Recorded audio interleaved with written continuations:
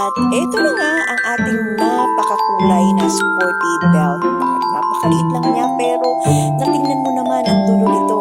Pwede mo siyang lagyan ng water bottle. Ayan. Diba kung nauuhaw ka habang nag-jogging, pwede mo siyang ilagay dyan.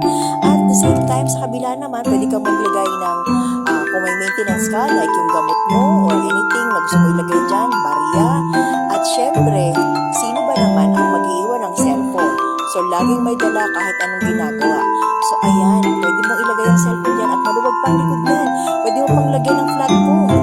At the best part here is ang kanyang mismong band sa likod. So, garterized yan. So, kahit ang laki ng bilbil mo, malaki ang tiyan mo, kasyang-kasya sa'yo. So, pwede mo siyang i-adjust according sa size mo. At guys, napakamura lang nito. Ilalagay ko sa yellow basket yung link ni seller para makapili kayo ng kulay na gusto at bagay sa inyo.